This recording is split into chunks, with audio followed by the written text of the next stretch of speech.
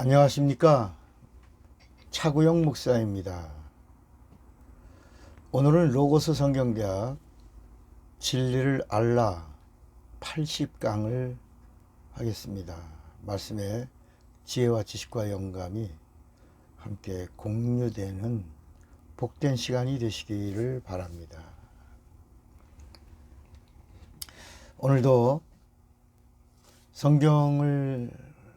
오늘은 정말 성경을 많이 찾을 것 같습니다. 성경과 그 다음에 노트를 준비하시고, 그리고 성령의 영감으로 나누는 말씀들을 함께 나누면서 은혜가 있기를 바랍니다.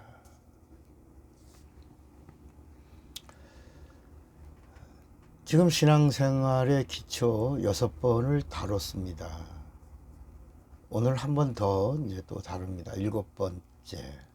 이 신앙의 기초를 다루는 이유는 이 신앙생활은 시간이 갈수록 점점 grow and growing, 성장과 성장을 반복해야 합니다. 자꾸 믿음의 믿음, 복의 복, 더 영의 영, 더 깊이 들어가야 되고 더 알아야 되고 더 우리 그런 거 있잖아요. 그 음식이 맛있을 때 뭐라 하면 진국이라고 그러잖아요. 진국이다. 이 사람 시간이 지나면서 이 사람과의 관계에서 진국이네. 여러분 영적 생활도 시간이 가면 갈수록 깊은 맛이 있어야 됩니다. 깊고 넓고 오묘하고 이 풍성한 복을 누려야 되는데, 이 신앙생활 처음에 그 경험했던 그 감격 다 잃어버리고. 왜? 시험 들어서. 왜? 육체의 정욕 때문에. 그런데 이 기초가 튼튼하지 못하니까, 이게 영적인 기초입니다. 생명의 기초예요. 이 부분이 빈약하니까 예수님 말씀대로 뿌리가 없어. 처음엔 기뻐하지만 뿌리가 없어. 해가 비추고 또 물이 좀 부족하면 말라버리는 자요. 이렇게. 또 기초가 없어서 잘하긴 잘하고 있는 것 같은데 이 가시덤불과 같아서 염려가 오고 걱정이 오고 근심이 오고 그러면 참 삐뚤삐뚤 가다가 열매가 없는 자요. 이렇게 예수님이 말씀하셨습니다. 그래서 어디서 내가 떨어졌는가, 성경에도 어디서 떨어졌는가 살펴보고 회개하고 돌이켜 일어서라고 이렇게 말씀하죠. 그죠? 오늘은 7번째를 다루겠습니다. 또 한 번 더 있으면 8번 다루겠고, 저는 한 10번까지는 이거 다뤄줘야 된다 라고 하는 이런 마음을 갖고 있습니다. 그렇다고 이게 기초라고 그래서 뭐 가벼운 내용이 아닙니다. 지금 여러분 7번째 왔지만 결코 아주 우리가 평범하게 다루어야 될 그런 부분들이 아닙니다. 성령과 함께 해야 됩니다. 그리고 잘 새기셔야 합니다. 그리고 어디서 떨어졌는가 한번 살펴봐야 됩니다. 그리고 이건 알고 있는 거야, 들어봤어, 이런 것으로 생각하지 말고, 알고 있어도 들었어도 예수님이 3년 6개월 동안 제자들에게 내가 너희와 함께 있을 때 3년 6개월 동안 계속해서 반복하며 가르쳤던 내용이 이것이다 하시고 저들의 마음을 열어 말씀을 깨닫게 하셨다라고 누가복음 24장에 말씀하고 있는 것처럼, 알고 있지만 다시 잘 다지셔야 굳어지는 겁니다. 오늘 신앙생활의 기초 7번째를, 이 7번째가 여러분에게 큰 은혜가 되시고 복이 되시기를 바랍니다. 기독교의 명절이 몇 가지가 있다고 보십니까? 기독교의 명절 네 가지입니다. 네 가지. 네 가지. 기독교의 최고의 명절 네 가지. 첫째는 성탄절입니다. 두 번째는 부활절입니다. 세 번째는 성령 강림절, 오순절. 아마 교회에서 맥추절은 구약입니다. 맥추절은 7이 49, 77절까지가 맥추절. 그러니까 맥추절 감사 뭐 이러면 이건 구약의 절기입니다. 모형이에요, 모형. 실상은 오순절. 오순절이 77이 49, 77절 다음 날. 오순절. 이날이 성령 강림절이고 이날이 명절 끝날 곧 큰 날입니다. 예수님이 요한복음 7장에 명절 끝날 그 큰 날에 예수님이 외치셨죠. 성령을 받으면 믿는 자에게는 믿고 성령을 받은 자에게는 그 배에서 생수가 넘쳐나리라. 그 생수 성령 받으면 이런 하늘의 사건이 터진다. 바다에 태풍이 불고 홍수가 나고 강에 육지에서 홍수가 나고 이런 비가 쏟아져도 인간이 감당할 수 없죠. 그죠? 돼지가 떠내려가도 쳐다만 보죠. 강이 범람해도 쳐다만 보죠.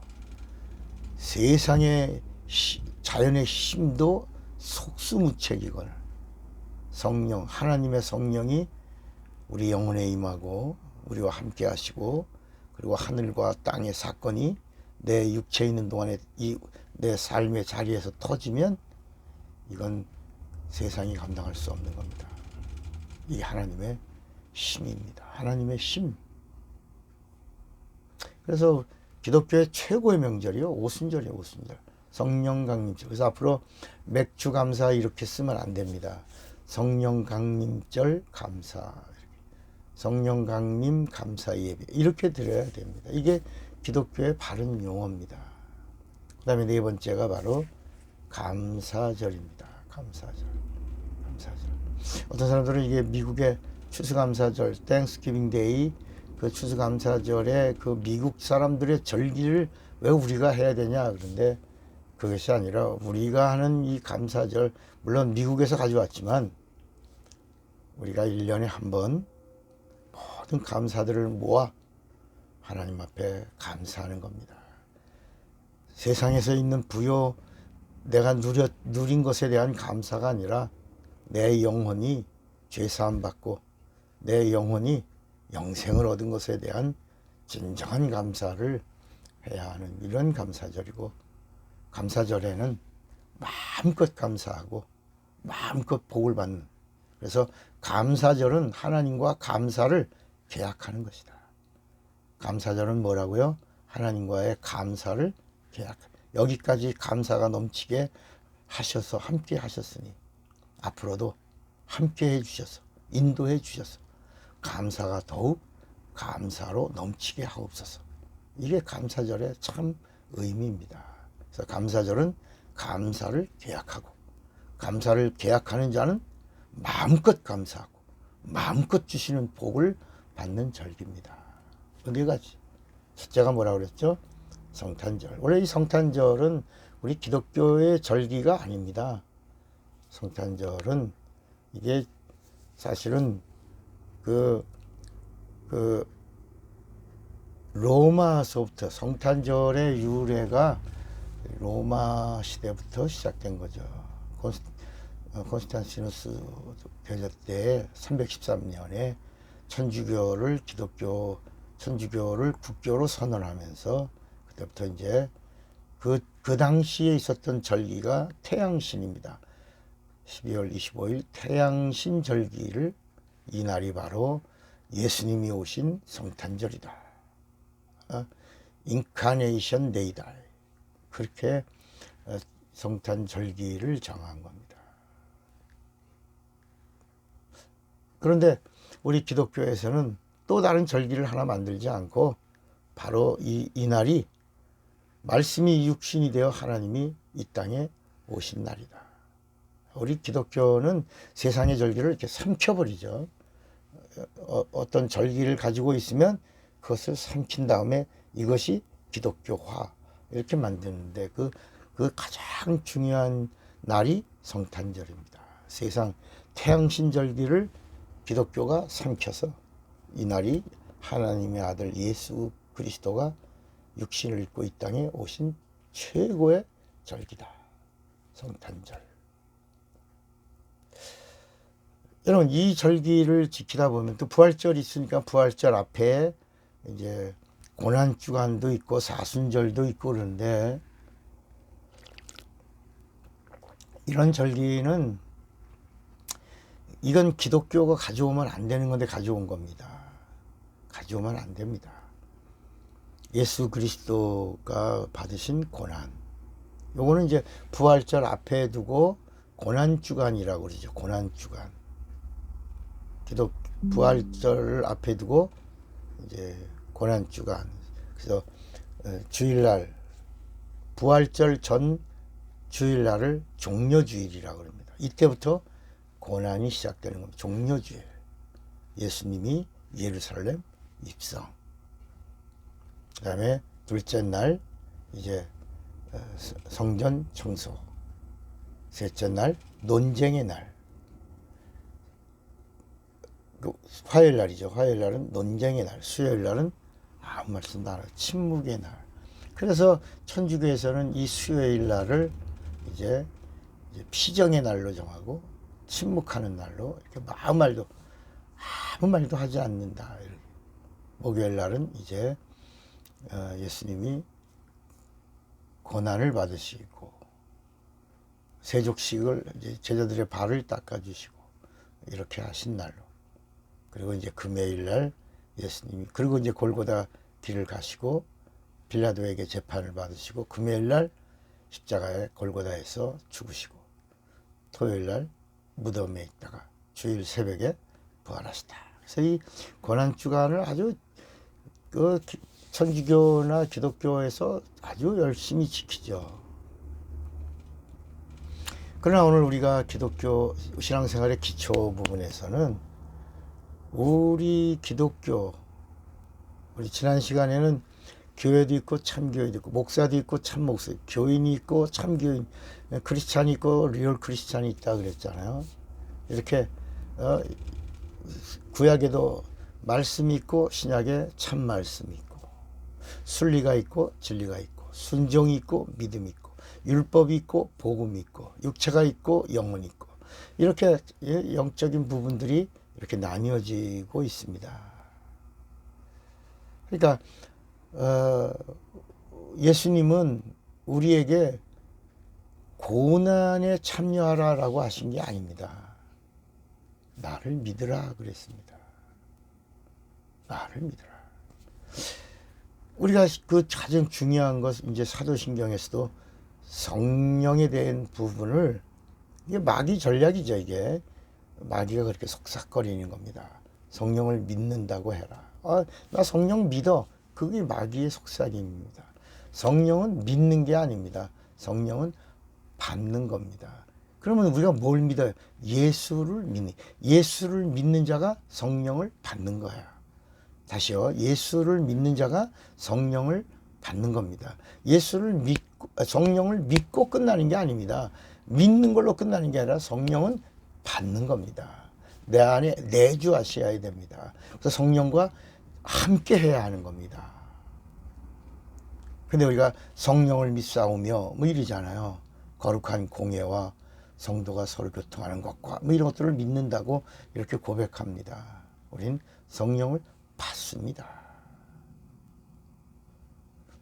그러니까 우린 사순절의 고난주간 이런 거 사실 그 고난주간에 사람들이 사순절 40일 정해놓고 그 40일 동안 뭐 한 끼 금식합니다. 지금 그러나 옛날에는 못 먹을 때는 그 한 끼 금식하는 것도 굉장한 결단이 있어야지만 했지만 지금은 우리 대한민국 얼마나 잘 먹습니까? 그러니까 아침 안 먹는 거 이건 금식하는 게 아니라 이걸 뭐라 그러죠? 다이어트 하는 겁니다. 그냥 너무 잘 먹으니까 한 끼니 정도는 절식한다. 그러니까 아주 기쁘게들 금식하고 내가 참여했다고. 자기 그렇게 또 원래 금식하는 사람은 말하지 않습니다. 금식했는데 자랑하는 겁니다. 의의를 드러내는, 자기의 의의를 드러내는 순간 하나님의 의가 감추어지기 때문에 하나님이 그를 악하게 보는 겁니다. 그래서 우린 고난주간을 지키면 안 됩니다. 고난주간을 지키고 사순절을 지키면 천주교인입니다. 우리 기독교인은 고난당하신 예수님을 믿는 겁니다. 예수의 피를 믿는 겁니다. 예수님의 육신이 되심을 믿는 겁니다. 예수님이 성령으로 탄생하시고 성령으로 오셔서 성령으로 공생애를 사시고 성령으로 죽으시고 성령으로 부활하신, 성령과 함께 하신 예수님을 믿는 겁니다. 우리 기독교는 사순절, 고난주간을 지키지 않습니다. 그래서 우리 기독교의 부활도 지난 시간에 분명히 말씀했잖아요. 천주교의 부활절은 이스터라고 하고, 우리 기독교의 부활은 레저렉션이라고, 이렇게 하나님의 부활, 예수의 부활, 레저렉션이라고 이렇게 말했습니다. 자, 요 절기도 기독교인의 절기로 잘 갖고 있어야 합니다. 성탄절, 하나님이 육신을 입고 이 땅에 오신 절기, 그 다음에 부활절, 그 안에 사순절이나 고난주간은 우리가 지킨다 안 지킨다? 안 지킨다. 부활절, 그 다음에 맥추절이 아니고 49일까지 있는 맥추절이 아니라 우린 그 다음 날, 그래서 구약에는 맥추절이 나오지만 오순절이 안 나옵니다. 왜? 오순절은 영적인 것이기 때문에. 그러니까 구약은 육체의 법입니다.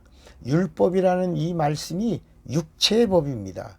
복음이라고 하는 이 말씀은 영혼의 법입니다. 이런 차이가 있는 겁니다. 그래서 구약의 맥추절이라고 하는 것은 육체의 절기이기 때문에 맥추절이 나오지만, 오순절은 무슨 절기요? 영적인 절기이기 때문에 구약에 안 나오는 겁니다. 그래서 신약에 와서 비로소 오순절 날에, 이게 이렇게 시작돼서 사도행전부터 오순절 날이라고 이렇게 나오는 겁니다. 요한복음 7장에서는 명절 끝날 곧 큰 날이라, 그날에 예수님이 이제 성령이 너희 안에 임하시면 너희 배에서 생수가 터진다, 하나님의 사건이 터진다, 권능이다, 이렇게 말씀하신 것입니다. 자, 그 다음에 감사절은 아까 얘기했죠. 자, 그러면 여기서부터 이제 말씀을 전개해 나가겠어요. 뭐냐면 예수님이 이 땅에 오시기 전에 어느 날 하나님이 짠 하고 나타난 게 아닙니다. 이 성경은 하나님의 경륜을 기록하고 있어요. 그리고 나서 그 하나님의 뜻 안에서 하나님의 뜻이 하나님의 그 일하심으로 나타난 그 모든 그 계획들, 이걸 경륜이라, 하나님의 뜻이 있었고 하나님의 그 계획에 그 그림이 그려졌고, 이걸 경륜이라 그러고, 그 경륜을 따라서 하나님이 이 땅에 나타나신 것, 이것을 이제 하나님의 의도라고 하는 겁니다. 여기에 다시 말하면 경륜이라고 하는 하나님의 기차에 우리가 올라타는 순간 이제 섭리가 되는 거고, 섭리, 하나님의 경륜이라고 하는 기차에 내가 알고 깨닫고 결단하고 올라타는 순간에 뭐라고요? 뭐라 그랬죠? 섭리의 사람이 되는 거고, 이 섭리를 알고 하나님의 섭리 안에서 이제 하나님의 뜻에 하나가 되어 움직여 같이 갈 때를, 그걸 사명이라고 하는 거예요. 사명은 하나님의 뜻을 아는, 그리고 함께하는, 이것을 이제 우리가 미션, 사명이라고 하는 겁니다. 그러니까 어느 날 하나님이 짱 하고 놀랬지, 깜짝 놀랬지, 나야, 이렇게 하신 것이 아니라는 것입니다.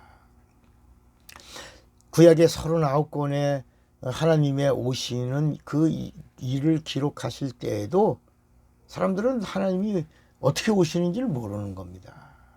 그래서 기묘다, 모사다, 전능하신 하나님이요 평강의 왕이다, 우리 인간이 생각할 그런 방법으로 하나님이 오시는 게 아닌 방법으로 오신다. 그 마지막에 하나님의 방법이 여인의 후손 동정녀에게서 이렇게 올 줄은 아무도 몰랐던 겁니다. 그래서 말라기서 2장 15절에는 하나님은 영이 유효하실지라도, 하나님이 영을 많이 지으신 분이신데도 불구하고 어찌하여 이 땅에 한 영만을 보냈냐, 이게. 어찌하여 한 영만 오냐.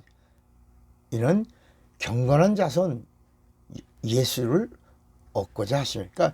이 세상에다가 아담의 영 하나만 주신 이유는 둘째 아담이신 예수가 오시려고 하신 것이다. 그러면서 그 다음에 바로 뭐냐면, 그러므로 너희가 어려서 취한 네 아내를 업신 여기지 말아라. 반드시 이 땅에 오시는 하나님은 여인을 통로로 오신다. 어떤 여인인지 아무도 모른다. 이 땅에 30억 가까운 여인들이 있는데 그게 아줌마를 통해서 올지 어린 처녀를 통해서 올지 아니면 할머니를 통해서 올지. 왜 할머니들도 이 경수가 끊어진 할머니들에게서도 하나님이 오셨거든. 아니, 하나님의 사건이 이루어졌거든요. 이삭이 왔지요. 또 엘리사벳의 그 사가랴의 부인 엘리사벳이 아주 할머니인데, 꼬부랑 할머니인데도 요한이 거기서 낳았죠. 뭐 이런 식으로 어디서 올지 모르므로 내 어려서 취한 그 아내를 없인 여기지만, 남의 아내에게서 올지 아니면 생짜배기 처녀에게서 올지 아무도 모른다. 근데 하나님의 뚜껑을 탁 열어보니까, 이게 마태복음 1장 18절부터 뚜껑을 딱 여니까 남의 아내를 통해서 오시는 겁니다.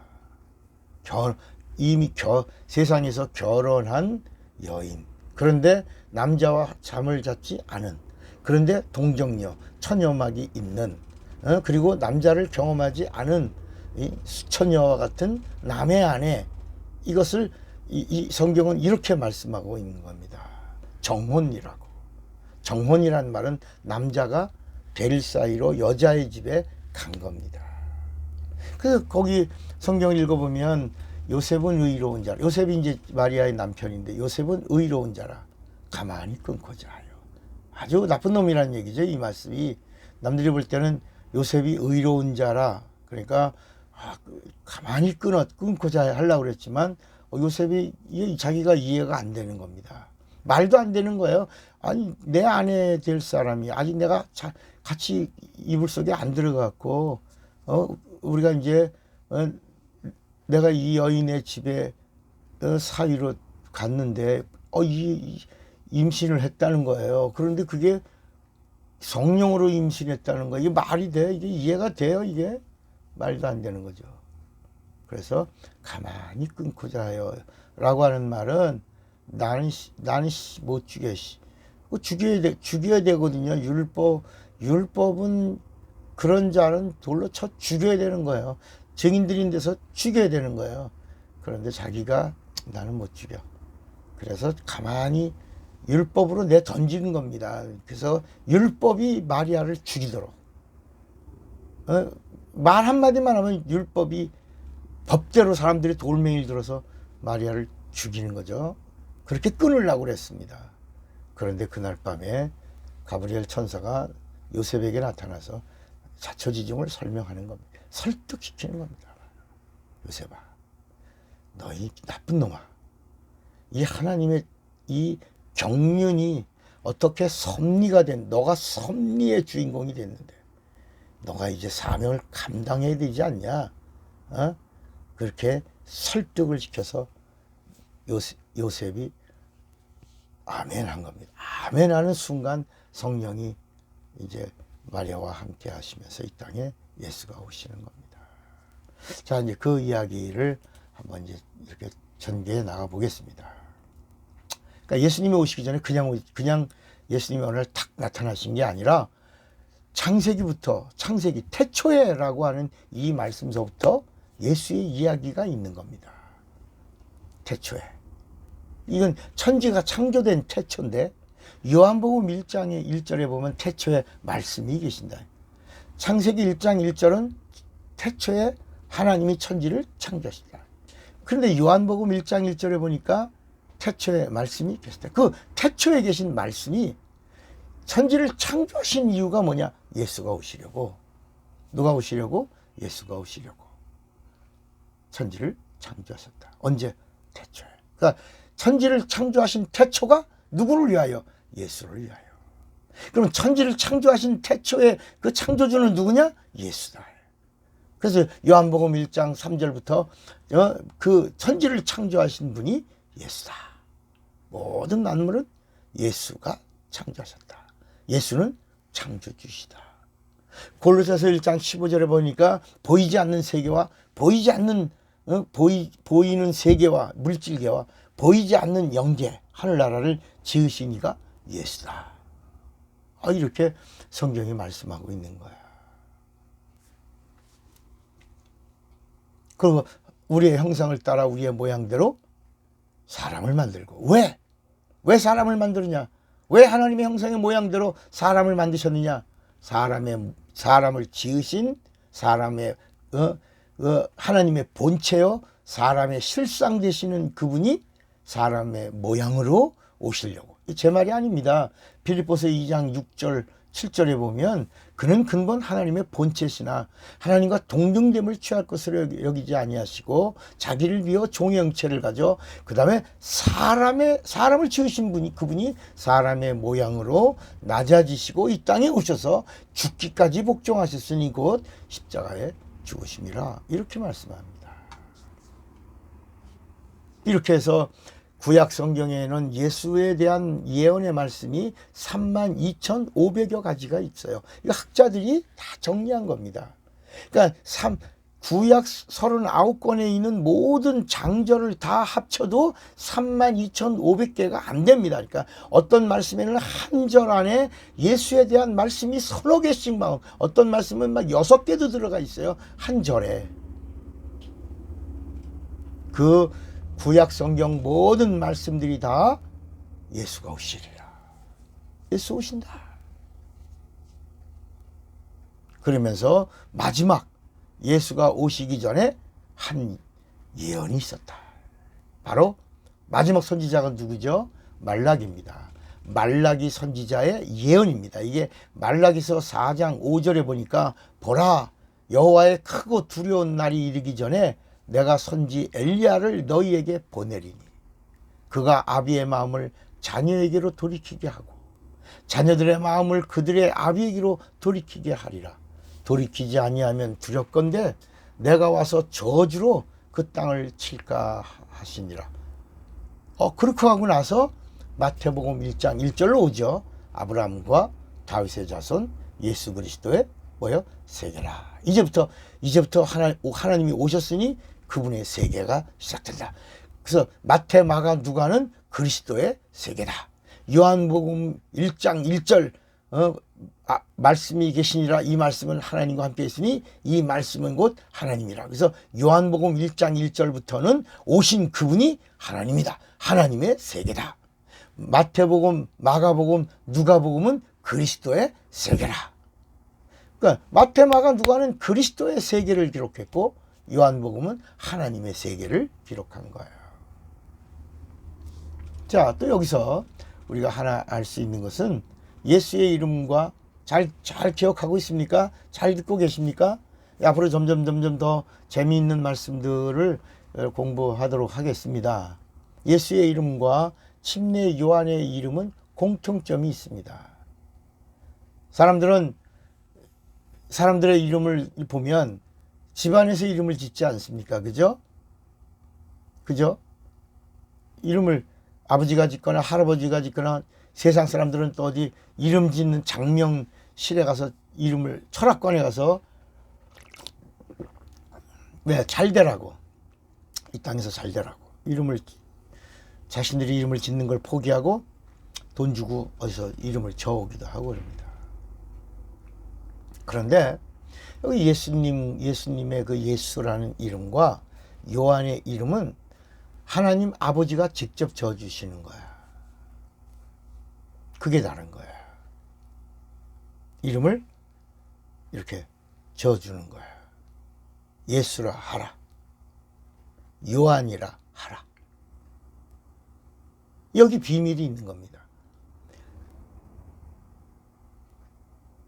요셉과 마리아의 품에서 나는 예수는 예수라 하라.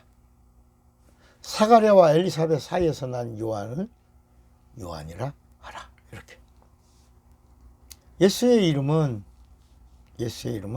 그 당시에 좀 흔한 이름이었습니다. 구약의 흔한 이름이 바로 예수입니다. 예수. 구약의 출애굽기담이 뭐죠? 여호수아가 바로 예수입니다. 그걸 이제 히브리 원어로 말하면 예수아입니다. 예수아. 그래서 어떤 사람들은 예수의 이름이 예수아다. 예수아는 사람의 이름이고 예수의 이름은 하나님의 이름입니다. 그러니까 예수아가 하나님의 이름이 아닙니다. 예수아는 사람의 이름인데 예수의 이름은 하나님 아버지가 직접 이렇게 지어라 라고 하신 하나님의 본 이름입니다. 본 이름. 그런데 우리가 이제 나사렛 예수, 사도행전 3장에 보면 베드로와 요한이 미문이란 말은 아름다운 문입니다. 아름다운 문. 하나님을 만나러 가는 문이 아름다운 문이에요. 또 양의 피를 가지고 성소로 들어가니까 양의 문이라고도 하고, 거기서 그 입구에서는, 성전 문에서는 또 사람들이 만나니까 만나는 장소니까 만남의 장이라고도 하고, 그리고 또 회막문이라고도 하고, 이렇게 여러 가지 그때그때 따라서 이름을 불렀습니다. 미문이라고 하는, 아름답다. 세상에서 제일 아름다운 문이 하나님께로 들어가는 문이다. 그 문 앞에 이제 나면서부터 안진뱅이던 자를 이제 베드로와 요한이 만납니다. 뭐 좀 줄까 하고 적선 좀 구합니다. 좀 적선해 주세요 나으리. 그러니까 주겠다. 내가 네게 주겠다. 그러니까 그냥 눈이 동그래갖고 뭘 줄 건가? 내가 은과 금을 주는 게 아니다. 내가 은과 금보다 더 큰 거, 곧 나사렛 예수의 이름으로 명하노니 일어나 걸어라. 그리고 너 밖엔, 이게 무슨 얘기냐면요, 예수의 이름을 영접하겠냐라고 물은 겁니다. 근데 아씨나 예수의 이름 싫구나 돈이나 줘. 이러면 그날 사도행전 3장의 그 미문이란 성전에서의 하나님의 사건, 성령의 일하심은 있었다 없었다? 없었습니다. 그러니까 은과 금을 주는 게 아니라 나사렛 예수의 이름을 주겠다. 너 받겠냐? 너 영접하겠냐? 그러니까 그가 난 은과 금이 아니라 당신이 나에게 주는 예수의 이름을 내가 영접하겠다. 내가 갖겠다. 그러니까 너 가졌으면 네 안에 있는 것이다. 내 안에 예수의 이름이 있으면 이제 그 이름을 힘입어 일어나라 하고 오른손을 잡아 일으킨 겁니다. 그러니까 예수가 없으면 이 놀라운 이적이 없는 거예요.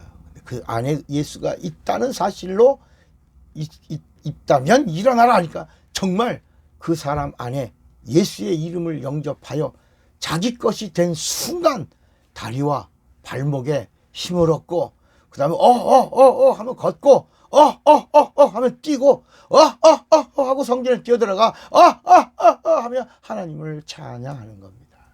이게 사도행전 3장의 이야기입니다.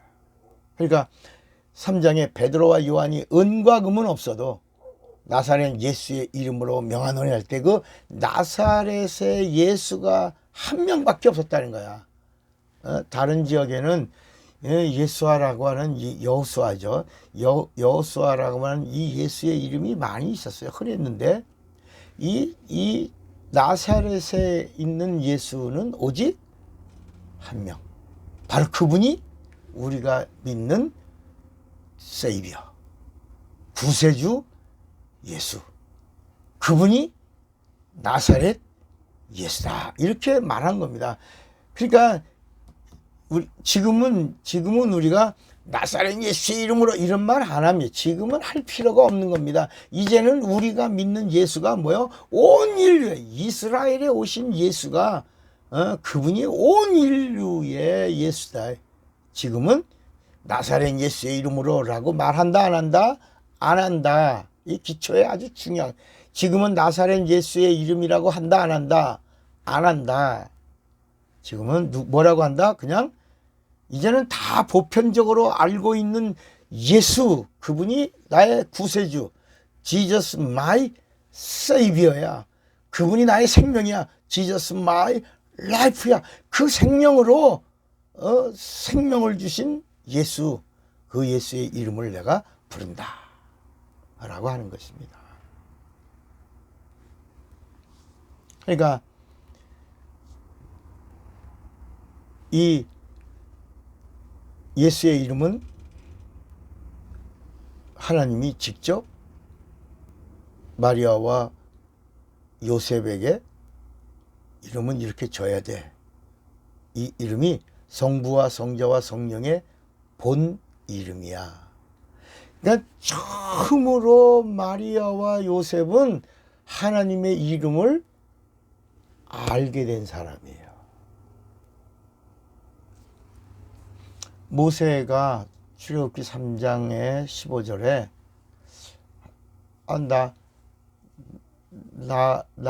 내가 애굽에, 이제 하나님이 모세에게 너 애굽에 가라. 내가 너를 보낸다. 그러니까 모세가 처음부터 아멘 하고 갔어요? 안 갔어요? 안 가죠. 막 쭈삣거리고 막 도망가려. 나중에 뭐라냐면 입술이 난 말 잘 못한다고. 말도 더듬거리고.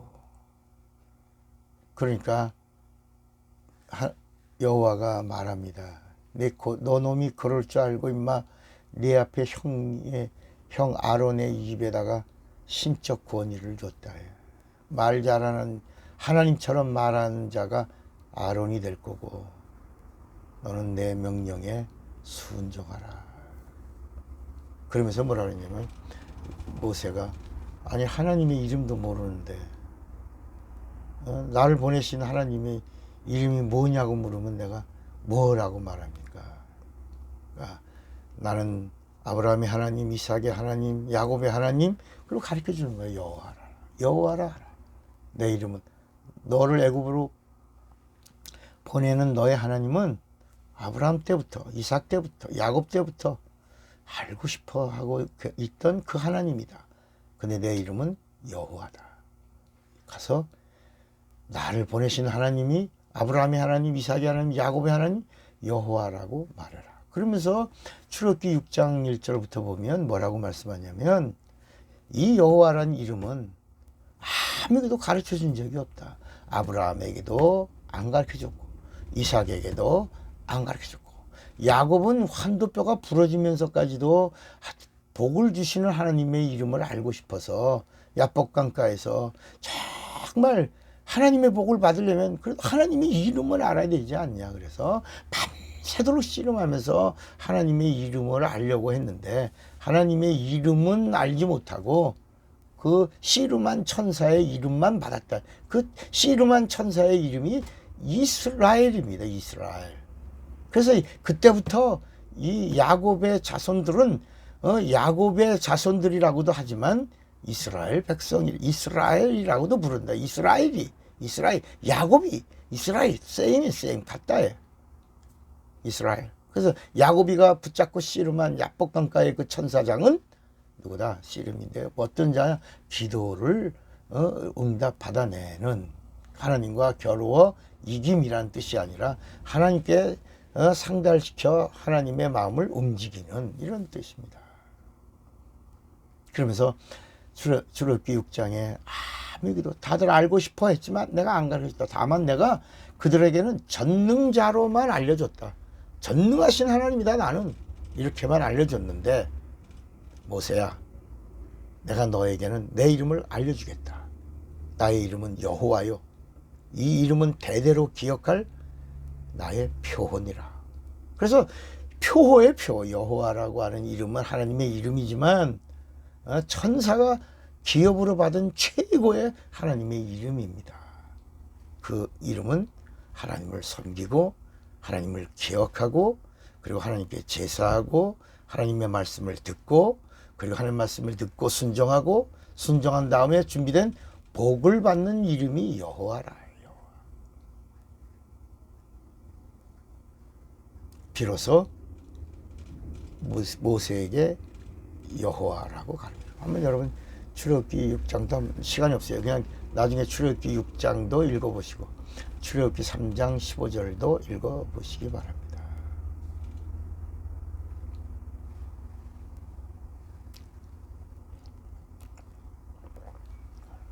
그래서 구약에 나오는 모든 하나님의 이름들은 다 별명입니다. 이 별명을 성경은 칭호라고 그래요. 칭호. 호세아서 12장 5절에 여호와의 이름은 하나님의 기념 칭호니라. 칭호. 기념하는 이름이다. 그래서 구약은 여호와의 이름으로 그냥 육체가 복을 받는 이름이고 하나님 섬기는 이름이지만 예수의 이름은 하나님의 본래 이름이기 때문에 구원을 받는 이름이고 영생을 얻는 이름이에요. 성령을 받는 이름이고 마귀를 대적하는 이름이고 귀신을 쫓아내는 이름이 예수요. 병을 고치는 이름이 예수요. 예배하는 이름이 예수요. 기도하는 이름이 예수요. 응답을 받아내는 이름이 예수요. 하나님께로 가는 길이 예수요. 하나님의 그 천국의 문을 여는 그 문이 예수요. 이렇게 예수의 이름을 우리에게 선물로 이 선물로 주셨다는 것을 은혜라고 말하는 것입니다. 자, 그러니까 원래 침례 요한의 이름이 뭐예요? 사가랴 주니어입니다. 사가랴입니다. 원래 요한의 이름은 요한이 아니고 뭐예요? 사가랴입니다. 사가랴 뭐라고? 주니어. 이렇게 짓는 것이 맞습니다. 왜? 제사장의 집안이니까. 이런 얘기가 나오는 겁니다. 나오는데 사가랴 주니어라고 지으려고 그러니까 하나님이 이놈의 시키 말 안 들어? 이 가브리엘 천사가 와서 이름을 이렇게 절하고 했거든요. 요한이라고 하라. 그러니까 아니 우리 집안에 우리가 사가랴 제사장의 집안이요 사가랴 집안인데 사가랴 주니어라고 지을래요. 그러니까 입을 그냥 벙어리가 되게 해야 합니다. 아이가 태어날 때까지. 그래갖고 사람들이 다 모여가지고 이제 이 녀석 잘 이쁘네. 그래갖고 이름을 져야지. 그러니까 다들 뭐 사가랴 주니어 뭐 어쩌고 뭐 2세 뭐 어쩌고 얘기하니까 사가랴가 아니다. 이 이름은 너희들이 짓는 사가랴 지면 안 된다. 서판을 이렇게 이거 벙어리니까 말 못하니까 서판을 가져와라. 이렇게 막 손짓 해갖고 이 서판이 오니까 거기다가 이름을 씁니다. 이 아이의 이름은 요한이다 라고 하는 순간 요한? 사람들이 다 요한 하는 순간에 혀가 풀어집니다. 그래서 여차하고 여차해서 이 아이의 이름은 하나님이 직접 주신 이름이다. 사가랴가 아니다. 뭐다? 요한이다. 그래서 예수의 이름과 침례 요한의 이름은 하나님 아버지가 직접 주신 이름이고 침례 요한의 이름은 천사가 와서 직접 하나님의 이름으로 주신 이름이다. 자, 한번 누가복음 1장 5절을 보시겠습니다. 유대 땅 헤롯 때에 아비야 반열에 제사장 하나가 있으니 이름은 사가랴요 그 아내는 아론의 자손이니 이름은 엘리사벳이라. 이 두 사람이 하나님 앞에 의인이니 주의 모든 계명과 규례대로 흠이 없이 행하더라. 엘리사벳이 수태를 못함으로 저희가 무자하고 두 사람이 나이가 많더라. 그러니까 할머니. 마침 사가랴가 그 반열의 차례대로 제사장의 직무를 하나님 앞에서 행할 때 이제 순서대로 이렇게 직무를 행하는데 제사장의 전례를 따라 제비를 뽑아 주의 성소에 들어가 분향하고 모든 백성은 그가 분향하는 그 시간에 밖에서 기도하더니 주의 사자가 저에게 나타나 향단 우편에 선지라. 사가랴가 얼마나 놀랍니까? 천사가 딱 서 있으니까 놀라 무서워하니까 천사가 말합니다. 이게 누가복음 1장 13절이에요. 사가랴야 무서워하지 마라. 너의 간구함이 들린지라. 네 아내 엘리사벳이 네게 아들을 낳아 주리니 그 이름을 뭐라고요? 요한이라 하라 그랬습니다. 너도 기뻐하고 즐거워할 것이요 많은 사람도 그의 남을 인하여 기뻐할 것이다. 자, 누가복음 1장 15절에 이는 저가 주 앞에서 큰 자가 되며 포도주나 소주를 마시지 아니하며 모태로부터 성령의 충만함을 입어 이스라엘 자손을 주 곧 저희 하나님께로 많이 돌아오게 하겠습니다.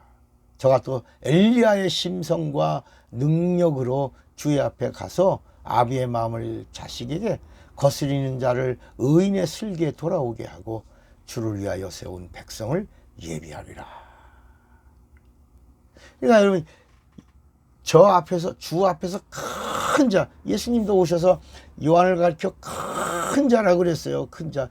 그러니까 이제까지 모든 인류 중에 제일 사람이 여자가 낳은 자 중에 큰 자가 누구다? 요한이다. 이게 무슨 뜻일까요? 이게 왜 예수님이 이런 말씀? 예수님은 하나님이에요. 이 땅에 오신 독생하신 하나님이에요.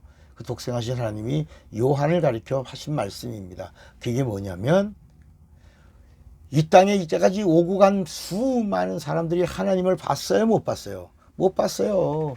요한복음 1장 18절 보세요. 거기 보면 본래 하나님을 본 사람이 있으되 없으되 없어요. 본래 하나님을 본 사람이 없으되 아버지 품속에 계신 독생하신 하나님이 처음으로 나타내셨어요. 이게 신약이에요. 이게 이제 복음의 시작이고 은혜의 시작이고 구원의 시작이고 영생의 시작이고 하나님 나라의 시작이에요. 나타나셨어요. 그런데 여자가 낳은 자 중에 큰 자라는 말은 뭐냐면 이 땅에 어느 인간도 영안을 열고 이 땅에 오신 하나님의 아들 하나님을 본 사람이 있다 없다? 없어요. 그런데 여자가 낳은 자 중에 최초로 영안을 열고 이 땅에 오신 하나님을 본 자가 요한이에요. 그 여자가 낳은 자 중에 큰 자예요. 여자가 낳은 자 중에 큰 자란 말이 뭐라고요? 이 땅에 오신 하나님을 본 사람이다. 그런데 천국에서는 지극히 작은 자보다 지극히 작은 자가 저보다는 크다. 이게 무슨 얘기예요?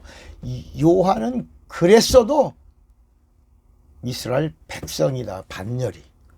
백성의 반열이고 예수를 믿고 성령을 받으면 이제 하나님의 자녀가 된다. 근데 신자는 누구냐? 신자는 작은 자라고. 천국에서는 지극히 작은 자라도 작은 자가 예수를 믿는 신자를 말하고 이 천국에서 큰 자가 누구냐? 성령을 받은 성도를 말하는 겁니다. 그러니까 신자보다도 작다. 하나님을 본 인간으로는 큰 자지만 예수를 믿는 자 중에 신자보다도 작다. 이렇게 말씀하신 거야. 그러니까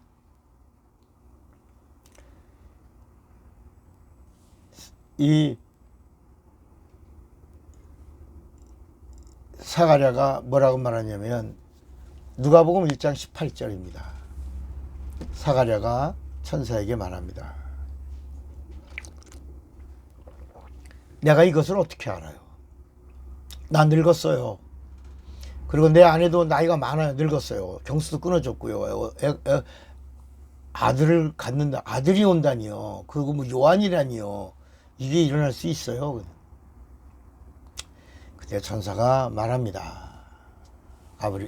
사가랴야, 나는 하나님 앞에 서 있는 가브리엘이라. 이 좋은 소식을 전하여 네게 말하라고 보내심을 입었노라. 보라, 이 일이 되는 날까지 네가 뭐가 되어? 벙어리가 되어 능히 말을 못하리니 이는 내 말을 네가 믿지 아니함이거니와 때가 이르면 내 말이 이루리라.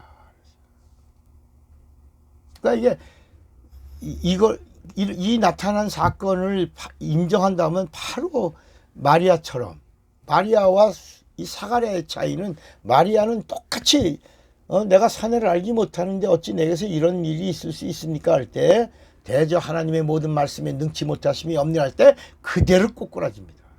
미천한 계집종이니 내 안에서 주 뜻대로 이루어지사이다. 바로 성령이 덮어버립니다. 그리고 권능이 덮는 순간 예수가 성령으로 잉태되어 이 땅에 오시는 겁니다. 그런데 이 말씀을 듣는 사가랴가 말씀 듣는 순간에 이거 어떻게 믿어 그걸? 내가 그 제사장인데 제사장이 이걸 믿어? 그리고 내가 나이가 지금 내가 몇 살인데 내 아내는 또 뭐고? 그 순간 안 믿는구나. 너 벙어리 되리라. 자, 이제 그 다음 일입니다. 이제 벙어리 됐습니다. 이제 백성들이 사가랴를 기다리며 그의 성소 안에서 지체함을 기이 여겼어요. 아니 나올 시간이 있는데 안 나오는 거예요. 왜 안 나오지? 근데 그가 나왔어요. 나왔는데 나왔다. 근데 말을 못해요. 백성들이 그 성소 안에서 이상을 본 줄 알아. 뭘 봤다. 백성들이 뭘 봤다. 그가 형용으로 뜻을 표시하며 뭐라고 이런 막 서프라이즈를 얘기하는 겁니다. 놀라운 일을 내가 경험했다. 그냥 벙어리대로 있더니. 자, 누가복음 1장 23절에 그 직무의 날이 다 되매 집으로 돌아가요. 이제 제사장으로서 성소에서의 일을 하는 동안에 그냥 벙어리로 있는 겁니다. 왜 그래요? 사람들이 물어보면 그냥 왜 서프라이 저 안에서 내가 브라이트 그 강렬한 빛 가운데서 내가 하나님의 어떤 이상을 봤다. 자, 그리고 나서 그 후에 그 아내 엘리사벳이 진짜 수태합니다. 이게 집안의 망신이죠. 이게 가문의 수치고, 엘리사벳이 임신을 해서 입덧을 하니 이게 난리가 난 겁니다. 우리 이야기입니다. 그래서 그 다음에 성경은 뭐라냐면 5달 동안을 숨어 지냈어요. 할망구가.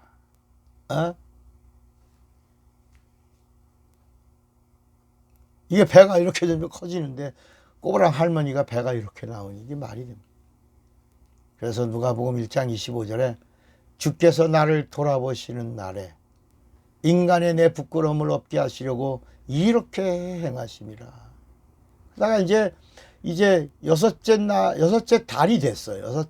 여섯째 달 이제 들어가려고 하는 날 일어난 일입니다. 이게 그날에 천사 가브리엘이 하나님의 보내심을 받들어 갈릴리 나사렛이란 동네에 가서 다윗의 자손 요셉이라고 하는 사람과 정혼한 처녀 마리아에게 갑니다. 그 처녀의 이름은 뭐다? 마리아다. 그리고 마리아에게 가서 뭐라 그러냐면 은혜를 받은 자여 평안할지어다. 주께서 너와 함께 하시도다. 그러니까 이 마리아가, 이 처녀가 이 말을 듣고 놀라. 이런 인사를 처음 본다야. 은혜를 받은 자여라는 말을 처음 듣는 거야. 그리고 샬롬이란 말이 나온 거야. 이런 인사가 어찌함이냐. 놀란 거예요. 천사 가브리엘이 말합니다. 마리아여, 무서워하지 말라. 네가 하나님께 은혜를 얻었네. 여러분, 이게 구약과 신약의 차이가 뭐냐? 구약에는 은혜가 있어요, 없어요? 없어요. 구약 율법과 복음의 차이가 뭐냐? 은혜가 없다, 율법. 은혜가 있다, 복음이에요. 은혜를 입었다는 말을 처음 들은 거야, 마리아가. 그러니까 이 지상에서 최초로 은혜를 받은 여자가 누구야? 마리아예요, 마리아. 은혜를 입은 자예요, 마리아예요, 마리아. 은혜를 품은 자예요, 마리아예요, 마리아. 은혜를 본 자예요, 마리아예요, 마리아. 은혜가 뭐예요? 용서예요, 용서. 그래서 마리아를 가리켜 창세기 3장 15절에 여인의 후손의 실상이 마리아다, 마리아. 마리아와 예수. 여인의 후손으로 오시는 예수. 여인의 후손이 누구예요? 마리아. 마리아.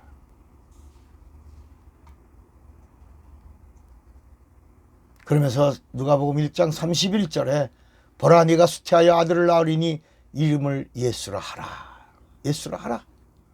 저가 큰 자가 되고 지극히 높으신 이 아들이라 일컬을 것이요 주 하나님께서 그 조상 다윗의 위를 저에게 주시리니 영원히 야곱의 집에 왕노로 탔을 것이며 그 나라가 무궁하리라. 그러니까 마리아와 이 사가랴의 사이에서 그 이름을 주실 때 하나님이 직접 이름을 주셨다. 그 중보의 역할을 하는 사람이 천사가 누구야? 가브리엘이다. 하나는 가브리엘의 말을 듣고 믿지 못하니까 벙어리가 되고, 하나는 가브리엘의 말을 듣고 천사의 말을 듣고 그리하옵소서 하고 그 받아들이는 순간 은혜 받은 여인이 됐고 여자의 후손의 나타남이 됐고, 그 다음에 이 땅에 은혜의 주부를 품은 자가 됐다.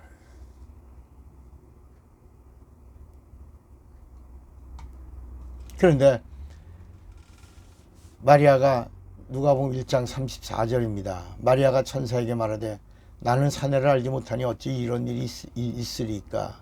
천사가 말합니다.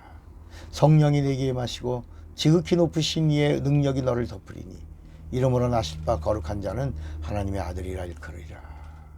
보라, 내 친족 이 엘리사벳도 늙어서 아들을 배었느니라.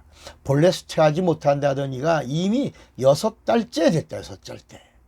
대저 하나님의 모든 말씀은 능치 못하심이 없느니라. 마리아가 가로되 주의 계집종이니 말씀대로 내게 이루어지사이다 하며 천사가 바로 떠납니다. 이 사건이 마리아에게는 놀라운 충격이었습니다. 그래서 그 자리에서 마리아가 벌떡 일어납니다. 이게 누가복음 1장 39절에 마리아가 벌떡 일어나서 빨리 산중에 가서 유대 한 동네에 이르러, 그리고 어디를 뛰어달래 막 뛰어가는 겁니다. 누구네 집으로? 사가랴의 집으로 뛰어들어가는 겁니다. 그리고 엘리사벳을 만나서 인사합니다. 샬롬, 샤바트 샬롬, 뭐 이렇게 인사했겠지. 그런데 놀라운 일이 또 일어납니다.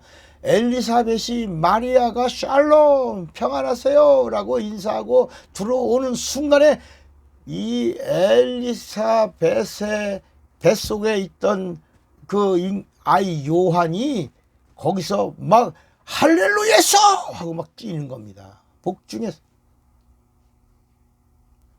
성경은 엘리사벳이 마리아의 문안함을 들으며 아이가 복중에서 뛰노는지라. 뛰노는. 엘리사벳이 성령의 충만함을 입어 큰 소리로 불러가로되 여자 중에 네가 복이 있으며 내 태 중에 아이도 복이 있다. 엘리사벳이 아는 거거든. 아, 여기. 저도 임신이 됐어요. 내 주의 모친이 내게 나오니 이 어찌된 일인고. 내 주의 모친이 내게 나오니 이 어찌된 일인고. 하나님을 품은 이 땅에 육체 어미 된 마리아가 내게 왔으니 이 어찌된 일이냐. 보라, 내 문안하는 소리가 내 귀에 들릴 때 아이가 내 복중에서 기쁨으로 뛰놀았도다. 믿은 여자에게 복이 있도다. 주께서 그에게 하신 말씀이 반드시 이루리라. 마리아가 말합니다. 내 영혼이 주를 찬양하며 내 마음이 하나님 내 구주를 기뻐하였으면 그 계집종의 비천함을 돌아보셨습니다. 보라 이제 후로는 만세의 나를 복이 있다 일컬으리로다. 능하신 이가 큰 일을 내게 행하셨으니 그 이름이 거룩하시며 국렬하심이 두려워하는 자에게 대대로 이르는도다. 그의 팔로 힘을 보이사 마음의 생각이 교만함을 흩으셨고 권세 있는 자를 그 위에서 내리치셨으며 비천한 자를 높이셨고 줄이는 자를 좋은 것으로 배불리셨으며 부자를 공수로 보내셨도다. 그종 이스라엘을 도우사 국률이 여기시고 기억하시되 우리 조상에게 말씀하신 것과 같이 아브라함과 및 그 자손에게 영원히 하시리로다 하니라. 마리아가 석 달쯤 엘리사벳과 함께 있다가 돌아갔습니다. 자, 누가복음 1장 57절에 보면 엘리사벳이 해산할 기한이 차서 아들을 낳으니 이웃과 친족들이 주께서 저에게 크게 긍휼히 여기게 하셨다는 것을 듣고 함께 즐거워합니다. 이제 8일이 됐어요. 아이를 할례하러 와서 그 부친의 이름을 따서 사가랴라고 하려고 하니까 모친이 가로되 아니라 요한이라. 여자가 말하는 엄마 엘리사벳이 요한이라 그러니까 사람들이 이거 무슨 소리야 이거. 내 친족 중엔 요한이라고 한 이름을 한 이름이 없어. 이거 막 난리가 난 겁니다.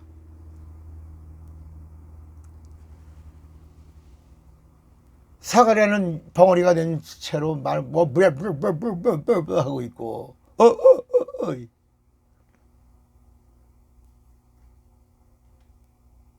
그러면 뭐라고 이름을 줘야 돼? 그리고 이제 사가랴한테 얘기하니까 서판을 달라. 서판을 달라. 그리고 서판을 갖고 오니까 거기다가 요한이라고, 영어로 말하면 존이라고 쓴 겁니다. 그 순간에 그의 입이 열리고 혀가 풀어지며 말을 하면서 이건 하나님이 이렇게 하셨다라고 여차차 저차차를 다 얘기하니까 사람들이 다 그 자리에서 하나님을 찬양합니다. 그 근처에 사는 자가 다 두려워하고 이 모든 말이 온 유대 산중에 두루 퍼짐에 듣는 사람들이 다 때가 됐나 봐. 하나님이 오시려나 봐. 하나님이 오시기 전에 앞에 첩병을 예비하는 자가 요한인가 봐. 그런가 비요. 이 광야에 오시는 그 길을 평탄케 하는 자인가 비요. 선지자로 자랄 건가 봐. 저 집안이 나시린 집안이더니 나시린이 삼손 머리카락이 칼안된 삼손의 계보거든요. 그 삼손의 계보의 마지막 그게 사가랴의 집안, 거기 요한이. 그래서 그 집안이기 때문에 광야에서 낙타 털옷을 입고 메뚜기와 속청을 먹으면서 나시린의 전통을 이어간 겁니다. 자, 누가복음 1장 67절입니다. 그 부친 사가랴가 성령에 이제 충만을 입어서 예언합니다. 찬송하리로다. 주 이스라엘의 하나님이여 그 백성을 돌아보사 속량하시며 우리를 위하여 구원의 뿔을 그 종 다윗의 집에 일으키셨으니 이것은 주께서 예로부터 거룩한 선지자의 입으로 말씀하신 바와 같이 우리 원수에게서와 우리를 미워하는 모든 자의 손에서 구원하시는 구원이라. 우리 조상을 긍휼히 여기시며 그 거룩한 언약을 기억하셨으니 곧 우리 조상 아브라함에게 맹세하신 맹세라. 우리로 원수의 손에서 건지심을 입고 종신토록 주의 앞에서 성결과 의로 두려움이 없이 섬기게 하리라 하셨도다. 이 아이여, 이제 아이를 축복하는 겁니다. 이 아이여, 내가 지극히 높으신 이의 선지자라 일컬음을 받고 주 앞에 앞서가서 그 길을 예비하여 주의 백성에게 그 죄사함으로 말미암는 구원을 알게 하리니 이는 우리 하나님의 긍휼을 인함이라. 이로써 돋는 해가 위로부터 우리에게 임하여 어둠과 죽음의 그늘에 앉은 자에게 비추고 우리 발을 평강의 일로 인도하시리로다 하니라.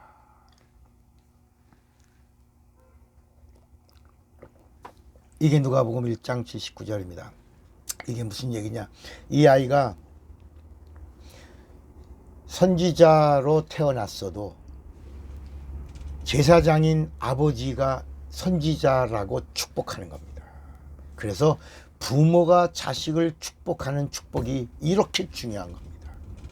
사가랴가 이 아들이 너는 마지막 선지자다. 네가 입에서 열 때 오실 이의 길을 예비할 것이고 평탄케 할 것이고 준비할 것이다. 그리고 많은 사람들을 주께로 돌아오게 하는데 네가 그 멋진 선지자로 쓰임 받을 것이다 라고 마음껏 축복한 그대로 침례 요한이 하나님의 아들 예수가 오시는 그 길을 평탄케 한 마지막 예언자요, 마지막 선지자요, 그리고 여자가 난 중에 잔 중에 큰 자가 되는 것입니다. 성경은 아이가 자라며 심령이 강하여지고 이스라엘에게 나타나는 날까지 빈들에 있으니라 이렇게 말할 수 있습니다. 왜 그랬다 그랬죠? 나시린의 후예이기 때문입니다. 그러니까 침례 요한은 정력으로 태어난 인간이고 예수님은 말씀이 육신이 되신 독생하신 하나님입니다. 하나님의 아들입니다. 인간에게는 그리스도가 되고 인자가 되십니다. 그리고 이제 이 땅에 오실 때는 뭐로 오셨어요? 인자로 오셨고 인자로 오신 거예요. 인자로. 아직 예수가 되셨어도 아까 침례 요한이 마지막 선지자로 왔어도 아버지인 제사장 사가랴가 그 아들을 그 성전 8일 할례 의식을 구별하는 의식을 다 끝내고 하나님께 들어 올린 다음에 이제 이 아이는 하나님이 오시는 그 길을 예비하는 마지막 선지자입니다 하고 이렇게 받들어 올린 순간부터 그가 선지자의 일을 진행해 간 것 같이 이 땅에 누가 오셨어요? 예수가 오셨어요. 예수의 이름은 구원입니다. 근데 예수님이 30년 동안은 아직 구원이 아니에요. 그냥 인자예요. 말씀이 육신이 되신 하나님의 아들이에요. 그런데 그분이 이제 침례 요한의 침례를 받고 난 다음부터 공식적으로 공생애, 그분의 생애를 성령과 함께 할 때를 우리가 뭐라 그래요? 예수의 공생애. 예수의 공생애라고 하는 말은 무슨 말이냐면 예수님이 구세주로 예수님의 그러니까 인자가 예수로 이게 공생애예요. 인자로 30년을 계신 그분이 침례 요한에게 요단강에서 침례받고 나서 성령과 함께 할 때부터 인자가 예수가 되신 절 이게 공생이에요. 인자로 계실 때는 구원이 없어요. 그냥 하나님의 아들이 오신 거예요. 말씀이 육신이 되신 이가 오신 거예요. 독생하신 하나님이에요. 은혜와 진리가 그에게 충만해요. 그래도 아직 예수는 아니에요. 예수란 말은 구원이에요. 아직은 구원이 시작되지 않았어요. 그냥 인자로 계신 거예요. 하나님의 아들로 계신 거예요. 그냥 독생하신 하나님의 아들이요 말씀으로 계신 거예요. 그냥 은혜로 계신 거예요. 진리로 계신 거예요. 그런데 그분이 마지막 선지자 침례 요한의 침례를 요단강에서 받고 나서부터 비로소 성령이 예수님 인자이신 그분을 끌고 가면서부터 비로소 이제 예수가 되는 거야. 구원이 되는 거야. 이제 누구든지 믿으면 예수가 되는 거야. 누구든지 예수를 믿으면 예수의 이름을 영접하면 하나님의 자녀가 되는 권세가 생기는 거야. 이제 이렇게 공적인 일들이 진행되는 겁니다. 여러분 서류를 다 만들었어도 도장이 꽉 찍혀야 그다음부터 그 공문서가 효력을 발생하는 것처럼 인자가 오셨어요. 말씀이 육신이 되신 이가 오셨어요. 진리가 오셨어요. 은혜가 오셨어요. 구원이 오셨어요. 그래도 도장이 찍히는 건 예언을 무시하면 안 돼요. 하나님의 말씀을 하나님은 초월하지 않으셨다. 그러니까 여러분 우리가 하나님 말씀을 들을 때 하나님의 말씀에 대하여 정말 진실로 상관해야 되는 이유가 하나님은 하나님의 말씀을 하나님도 초월하지 않으셨다. 하나님이 할 수 있잖아. 하나님이신데 천사가 한 말을 무시할 수 있잖아요. 나야. 그리고 할 수 있잖아요. 하나님이 쓰시는 사람이 한 말에 대하여 자식 너 저리 가마 이렇게 할 수 있잖아요. 그런데 하나님의 사람이 한 말에 대해서도 하나님이 손을 들어주셨다.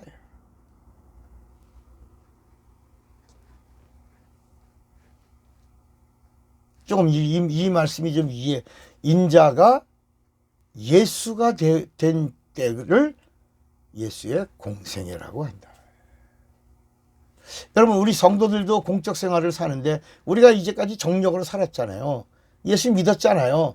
예수 믿었다고 우리도 공적 생활을 사는 게 아니고 우리가 예수 믿고 예수님의 간절한 명령이며 부탁이 있어요. 뭘 받으라고? 성령 받은 다음부터 우리도 비로소 하나님의 마음을 알고 하나님의 뜻을 따라 우리도 육체가 있는 동안에 하나님의 일을 하려고 할 때 우리 성도들을 공적 생애, 이제부터는 하나님의 일을 하는 사람, 이제부터 하나님의 것, 하나님의 사람 이렇게 말하는 겁니다.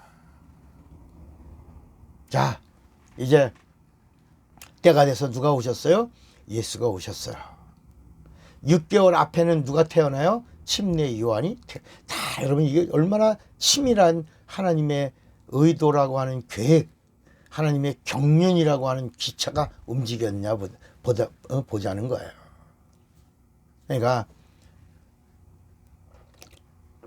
창세기부터 성경을 이렇게 펼 때 우리가 볼 때는 오래 수천 년인 것 같지만 성경은 뭐라 하냐면 하나님의 나라의 시간은 인간의 시간과 다르다. 이게 베드로후서 3장 10절부터 있습니다. 하나님의 시간은 인간의 시간과 다르다. 이 세상의 시간과 하나님의 시간이다. 하나님의 시간은 카이로스라고 말하고 인간의 시간은 크로노스라고 말하는. 창세기 1장에 나오는 태초의 시간은 크로노스의 시간이고 요한복음 1장에 나오는 태초의 시간은 카이로스의 시간이에요. 그래서 하나님의 시간과 이 세상의 시간의 차이가 1000년, 하루가 1000년 같고 1000년이 하루 같은 이 사실을 잊지 말라.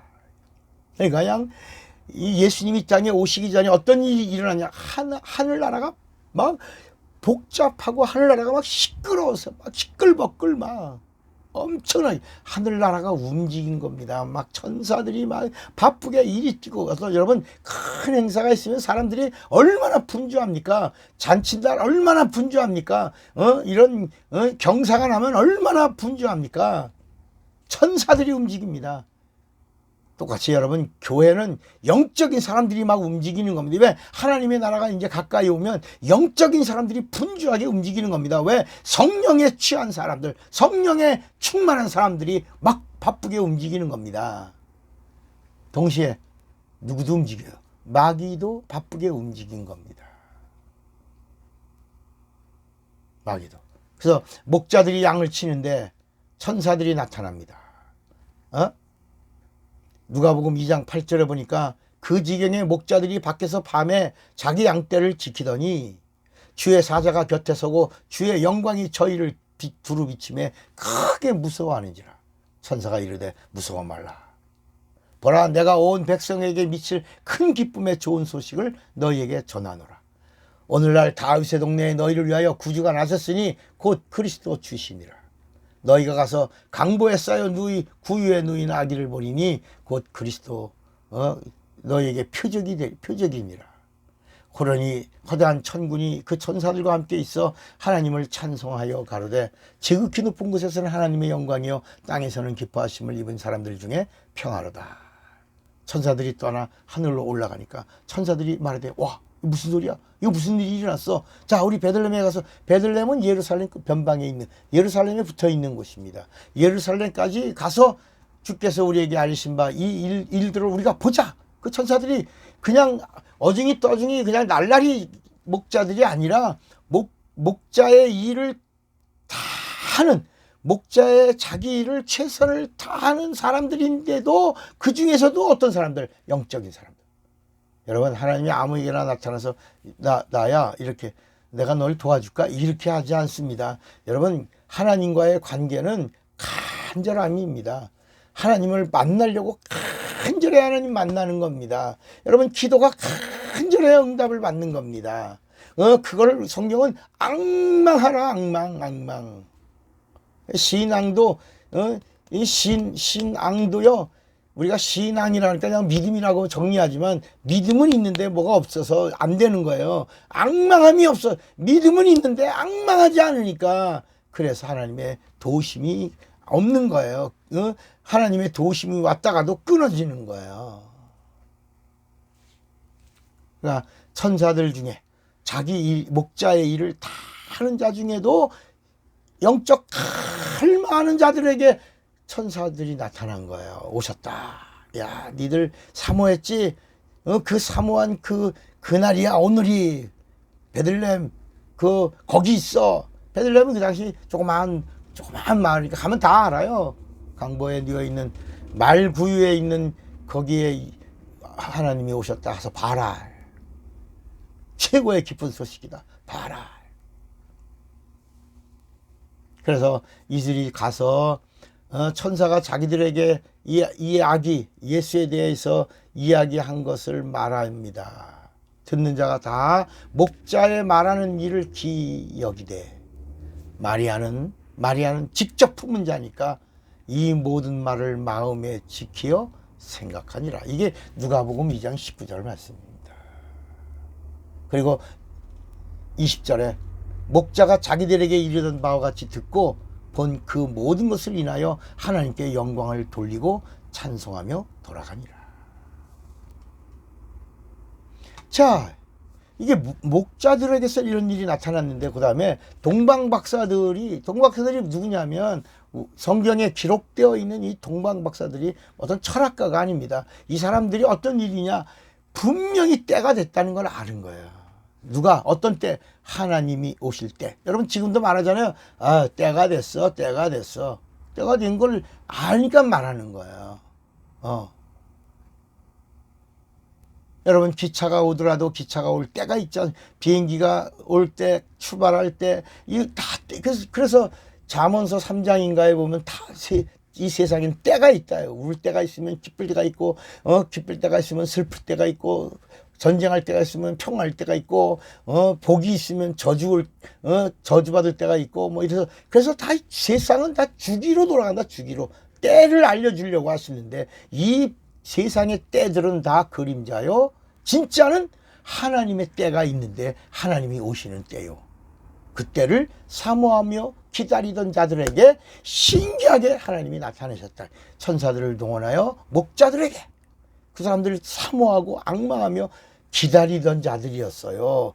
또 동방박사들도 그냥 점성가들이 아니라 정말 하나님이 오실 때가 있다라고 흩어져 있던 사람들인데 이렇게 보다가 와, 그래서 그걸 보고 이렇게 한 사람만 온 게 아니라 세 사람이 왔는데 세 사람이 들고 온 게 황금, 유향, 몰약이, 이걸 들고 와서 와, 진짜 우리에게 나타나신 그분이 오신다고 하신 세이비어다, 그리스도가 오셨나 보다, 이렇게 경배하고, 그리고 이제 돌아가는데 가는 도중에 찾다가 헤로드 왕에게도 발견되고, 헤로드 왕이 어디냐, 그럼 진짜 오셨다고, 왕이 오셨다면 나도 한번 경배하게 해달라고 알려달라고 그랬는데 그날 이제 갈 때 알려주려고 했더니 천사들이 알려주면 큰일 난다, 애기 죽인다. 그래서 싹 도망간 거예요. 그 도망갔다는 소식을 듣고 나서는 이 헤로드 왕이 그 주변에 어디라고 하는 장소는 잘 모르니까 이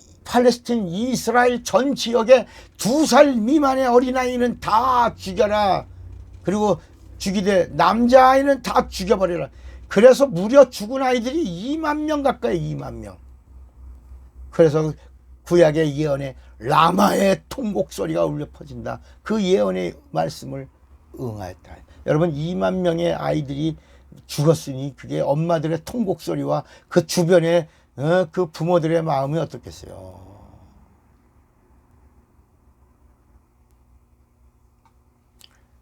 그래서 이게 마태복음 2장 17절에 선지자 에레미야로 말씀하신 바, 라마에서 슬퍼하며 크게 통곡하는 소리가 들리니 라헬이 그 자식을 위하여 애곡하는 것이라. 이게 마태복음 2장 18절 말씀입니다.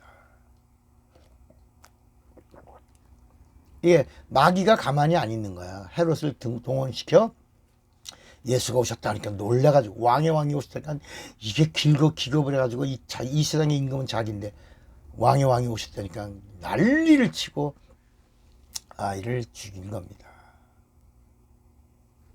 나중에 하나님은 헤롯을 죽여버립니다. 이 사도행전 12장 23절에 나옵니다. 충을 먹여 죽여버립니다. 자, 오늘 이 말씀을 좀 정리할게요. 조금 더 나가겠습니다. 그러니까 하나님이 이 땅에 오실 때 그냥 막 어느 날 짠 하고 오신 게 아닙니다. 하나님의 경륜이라는 기차는 하나님의 뜻 안에서 이루어진 행하심을 말하고 있는 겁니다. 그런데 하나님을 인간에게 나타났을 때 그냥 너도 날 봐라, 너도 나를 보고 이렇게 하신 게 아니라 정말 사모하는 자에게 하나님이 나다 이렇게 보여주시는 겁니다. 천국도 아무나 야 이리 와라 내가 너희들 다 내 마음에 드는 넌 얼굴이 이쁘고 아유 너는 공부를 잘했고 너는 성품이 좋고 아유 너는 양심이 아주 깨끗하구나 아유 이놈아 너는 가문이 좋구나 아유 너는 하는 선행이 잘해 선행이 좋고 이렇게 해서 데려가는 게 아니라 하나님이 정하신 법대로 데려가는 아무나 데려가는 게 아닙니다. 그래서 여러분 노아 홍수 때 하나님의 마음에 합한 자가 8명밖에 없었다. 그 8명 가지고 하나님은 하나님의 일을 하시는 거야. 소돔과 고모라에서 하나님의 말씀에 순종한 자는 몇 명? 3명 뿐이었다. 비록 롯의 아내는 뒤돌아보고 소금기둥이 돌아보지 마라. 그런데 나왔어도 끝까지입니다. 끝까지. 돌아보면 안 되는 겁니다. 돌아보고 소금기둥이 되었는데 지금까지도 소금기둥이 있다. 여러분 170만 명이 애굽에서 하나님을 섬긴다고 그 고센 땅 나일강 그 삼각주 있는 곳에서 이제 탈출해서 홍해를 건너서 이제 광야를 지나 요단강을 넘어 가나안 땅에 들어가는데 2명에 2명 170만 명은 다 탈락됩니다. 2명 아무나 구원에 이르는 게 아닙니다. 그러니까 여러분 성령 받을 예수님의 부활의 증인도 500명이 보는 거 500명. 그런데 예수님이 그 500명에게 성령 받아라. 그래서 그들이 다 마가의 다락방에 모였어요. 그 날짜가 바로 나팔절 기간입니다. 열흘. 통곡절이 바로 성령 받는 절기예요. 이스라엘의 구약의 통곡절이 열흘 동안의 그 나팔절이며 그때 정말 목숨을 건 회개 이게 그 열흘 동안의 구약의 모든 율법이 다 이루어진 시간입니다. 그러고 나서 성령을 받았는데 몇 명이에요? 380명이 탈락이 되는 거예요. 120명만 아니 몇 명이 기도했는데 500명이 금식했어요. 금식이 며칠 동안 열흘 금식을 했어요. 성경은 뭐라고 말하냐면 전혀 기도에 힘쓰니라. 전혀 기도는 음식을 먹지 않고 기도만 간절해야 하고 성령의 내주를 경험한 자가 120명입니다. 120명. 여러분 공생의 기간에 예수님을 따라다니는 사람들이 얼마나 많아. 그런데 다 떠납니다. 다 떠나고 다시 12명 남아요. 광야에서. 그 12명 데리고 다시 가는데 너희들도 떠나가려느냐? 그러니까 베드로와 제자들이 아닙니다. 영생의 말씀이 계시오매 우리가 누게로 할까? 70명 제자도 떠나고 6만 명 가까이 늘 몰려다니는 사람들이 다 떠나고 예수님은 다시 시작하는 겁니다. 여러분 이 누가복음 2장 25절에 보면 시몬이라는 사람이 있어요. 이 사람은 어떤 사람이냐?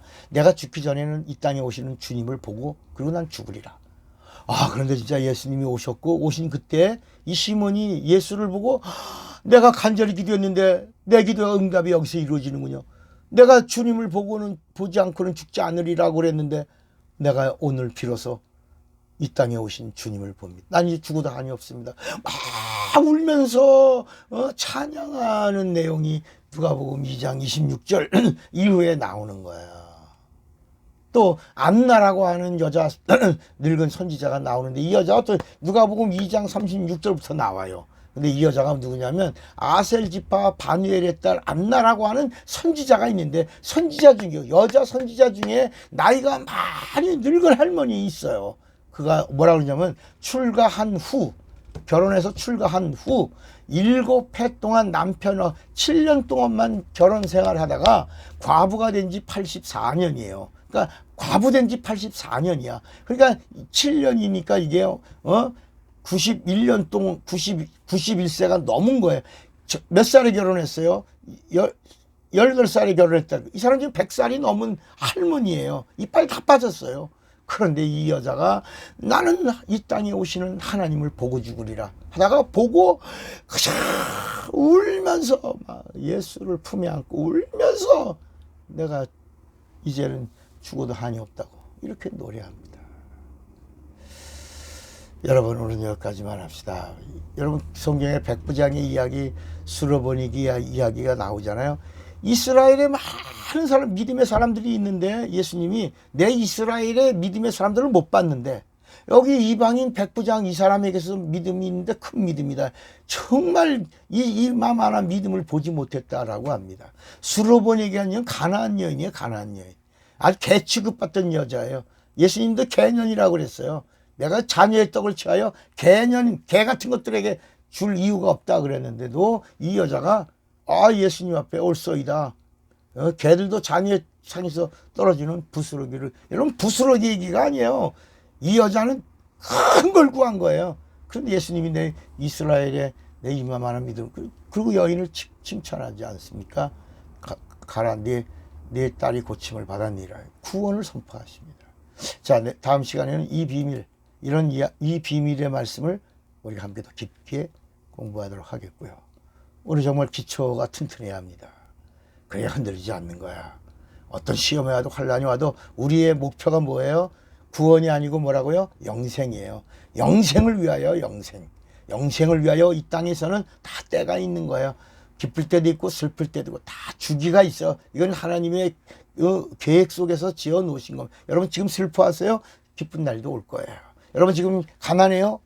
부유한 날도 올 거예요. 여러분, 지금 슬퍼요? 기뻐하는 날 와요. 여러분, 이런 주기 속에서 우리 인간은 낙심하지 않아요. 때를 기다리니 인내하고 견고하게. 그래서 믿음의 주요 온전케 하시는 이인 예수를 바라보자. 어떻게? 성령으로. 여러분, 기초의 튼튼함은 성령과 함께하는 겁니다. 그래서 성령으로 예수를 아는 것입니다. 그래서 요한복음 17장 3절에도 영생은 곧 유일하신 참 하나님과 그의 보내신 자 예수 그리스도를 아는 것이다. 알아야, 성령으로 알아야 합니다. 여러분이 정말 주님의 것, 하나님의 사람이 되시는 기초가 튼튼한 그런 영적 지도자들이 되시기를 바랍니다. 기도하겠습니다. 하나님 아버지, 기초가 튼튼하게 하여 주시옵소서. 예수님의 이름으로 기도합니다. 아멘. 사랑하고 축복합니다. 차구영 목사입니다.